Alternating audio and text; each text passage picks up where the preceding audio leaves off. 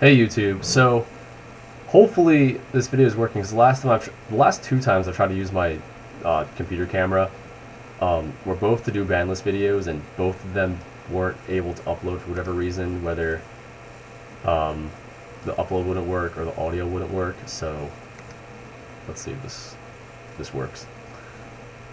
So anyway, again, yeah, let's check out this ban list that got revealed yesterday. And I was actually pretty early. I think I saw this before a lot of people, so I was posting this all over Facebook. Not in the EKS group or the Delaware group, but just I just posted on my Facebook, and just and then I was like, oh crap, okay. So let's go down the list here. Nothing got banned, so that's cool.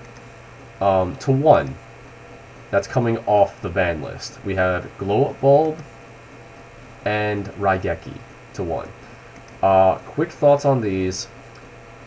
Glow Up Bulb, now it can come off. We are finally starting to see some of this 5D stuff that got banned when the Synchro era was the Synchro era, and Bulb, it's not going to do anything. Sylvans aren't it's not a splashable thing where you can't just splash it like you used to in the Synchro era. It was it's just a generic good tuner. The decks now just have too much synergy with within the archetype and stuff like that. It's not gonna be like it was back in 2009 or whatever, 2010, 2011, whatever year Synchro era was at this point. I'm old. I lost track of my years. So it's really only going to probably see play in anything that's running plants, like Bonfire. You can run the Karakuri Machina plant deck again. Sylvans can definitely make use of it. I'm wondering if they're actually going to errata it to an Excavate effect, which would actually be really great for not only the card but also for Sylvans, as they're that would just be perfect for each other. So it's most likely going to get reprinted in the 5D Legendary Collection. Maybe they'll change the text to Excavate. I guess we'll have to wait and see. The other one, which is the big shocker of the list, is Raigeki. And I've heard a lot of really mixed stuff about this, where it's OMG, this card is so broken, why is this coming off the ban list, blah blah blah blah blah. And then when you think about it, it's no one's really playing Dark Hole right now. Not even main, not even side. So Raigeki is not going to do much better. Where, we have cards that, it's whatever. What are you gonna Raigeki the Shadalls? No, because Winda's not gonna die, and the ones that will die, they're just gonna get their effects. You're not gonna do this to Burning Abyss. Stellar Knights don't care. The game has been power creep that much, where an old staple like Raigeki just is a side card at best. It's just kind of how it is. So those are the two that came off the ban list to one. What went to one was Infernity Archfiend. Sucks for you Infernity players. I used to enjoy that deck when it came out, but then once the Exceed stuff, I just kind of gave up on it. Sucks. Soul Charge to one, everyone saw coming, and it's fine. The card's stupid, broke for what it does. Not all decks are really running at 3. The decks that could run at 3, the Mermails and Sylvans, they're the ones that really get hit by it. But a lot of the decks, just kind of Tech 1, and it's fine. Nice follow-up play. And then Super Poly to 1, which was also something that I really expected, because they had to hit Shadalls, but they're not going to hit any of the immediate Shadal support, because it's too new, and there's still more coming out, and they don't want to sell product. And even then, what do you hit? Do you do what OCG did and just hit everything? And now that deck is just going to be super dead for a little while over there. It's going to be this kind of really inconsistent in limbo deck. I don't know what it's going to become over there, but it's too new over here. We're not going to get hit with any of that. But Super Poly was the card that had to be hit because of just how good it is. It's just when it was in the hero format, when heroes were big and Super Poly was everywhere. Although I think even Heroes stopped running it because it became just more light beat instead of relying on the fusions. But Super Poly for a while was really busted card in there, and now it finally got hit. And it's a 1, like, you're still going to run it, so it's fine.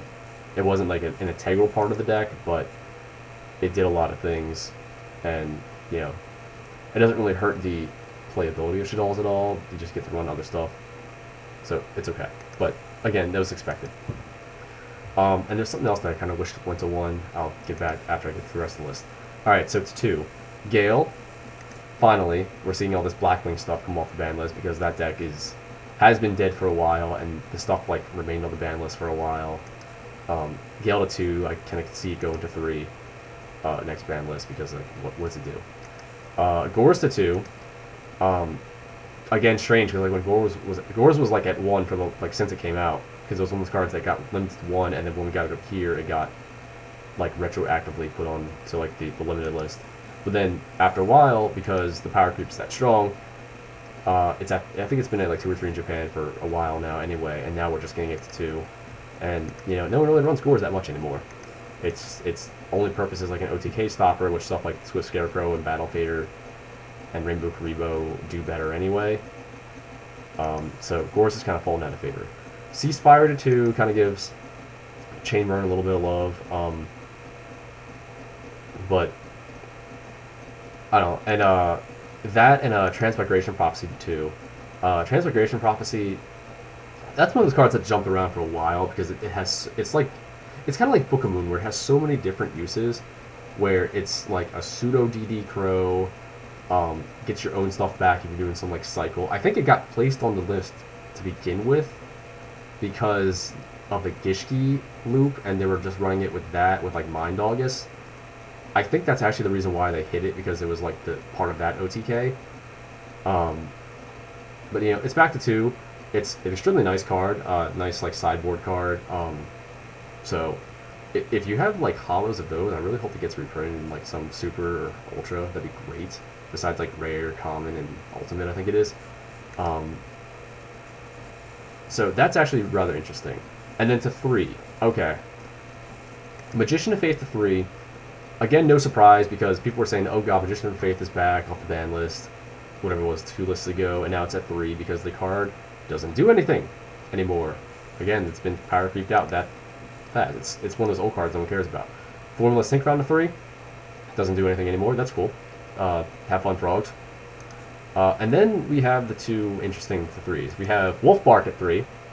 So, Fire Fists, you know, you guys are good again. Because I remember when it got hit, it went to 1 when Fire Fists were like the dominant deck, along with like Rekindling. But people were like, oh well, hitting Wolfbark doesn't really do anything to the deck whatsoever. It's still going to be really good. And Fire Fist did nothing after it, because like Wolfbark was a lot more integral than people thought it was to the deck. So hopefully Fire Fist will kind of pop back up again, because that'll just add another deck back to the mix. That, because they used to be like, you know, Gears, Mermails, and Fire Fists were kind of like alternating what the best deck was of the 3 for a while, and like Spellbooks and Evil Swarms and all that stuff was there, like up until Duels to Lions. Like Sylvans came around, Hat, they were all kind of like in the mix for a while, and then until Duels to Lions. But Fire Fist are the ones that sort of fell off, because they're the ones that actually got hit the hardest by the ban list because of the Wolfbark and the Rekindling hits. So now Wolfbark back at 3, so maybe that will get Fire Fist a little bit more play. And now we have Rhoda at 3, which is kind of nuts. I don't really understand like the changing logic these guys have, where it's like, let's hit the consistency cards. I guess because like Tenki came out, and a lot of the archetype Pacific Rhodas came out, like the Hieratic one. You know, just a lot of those. And now it's like, you know, what does it really do? Like, it adds consistency, which I mean, like, hey, Snowlands get 3 Rhodas, and you know, all you really random warrior players out there, Constellars, and like the Ninja Mist Valley Pendulum things and stuff. It's like anything that runs warriors is like, sweet. Heroes, you're welcome. Except you still have E-Call at 3, which I don't understand that. Or you don't have E-Call at 3. Oh no, actually I think E-Call's back. Yeah, E-Call's back too. What am I saying? It's a Stratos they need. Let's see. Even though the new stuff's pretty nice for heroes, when we get Darkfall, I've seen a lot of that. Heroes have always been popular in OCG, so I'm not really surprised to see them still sticking around with the new stuff. But I don't think they're quite going to catch on as much over here as they did over there. So yeah, that's the list right there. And you know what? It's actually pretty nice. There's the Raigeki's a surprise, obviously. Um, Bulb is fine. Archfiend, I mean, if you want to kill Infernities, sure. I think they won like Worlds or whatever, but like with the introduction of Duelist Alliance, they haven't been doing that much. Like, I mean, the deck's still been good, but like, it's not. It's not Stellar Knights. It's not Burning Abyss. It's not Shaddolls. It's not any of the new stuff.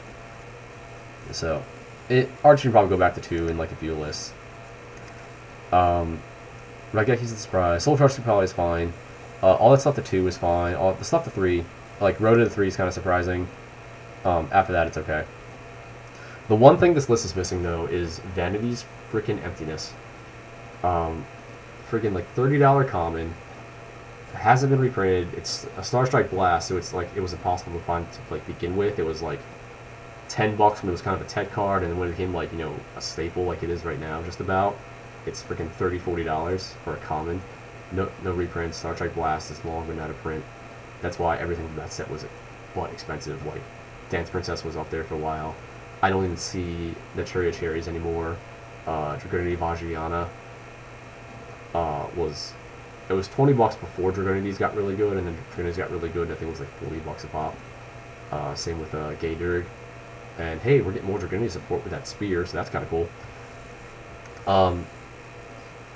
But this card, it's really, really unfair. Like, people say like, oh, it's just Royal Oppression with like an out, because you can just like pop something and then like it goes away too.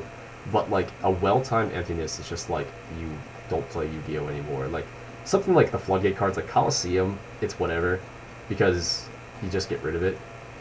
And you can still do things to get around it if you're playing the right deck. Like Colosseum doesn't really hurt. Not every deck can run it, and it doesn't hurt every deck.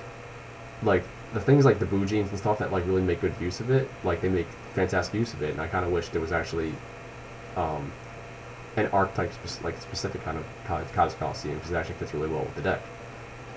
But Vanity's like, the card is so unfair if you like drop it at the right time, especially with stuff like Shaddolls, where just like you make the construct, drop the empties, and like what do they do? It's like what do you do against like, you know, set 2 emptiness? Like if they pop one, the other one's gonna come right up. Sure. So I was hoping that like at least that would go to 1, not outright ban, because it does have like there is an out to it, but like Vanities to 1, I think would have made this list kind of more ideal. That's why I'm really only complaining about it. Nothing else really needed to get hit. So that's my thoughts. Let me know what you guys think about the ban list, and you know, let's see where the meta goes from here, because stuff's changing regardless of the list. The list actually I don't think is going to do too much as far as impacting the meta, because of all of this new Arc 5 stuff is just like blowing everything else out of the water so far. So let's see. Alright, thanks for watching, YouTube. See you later.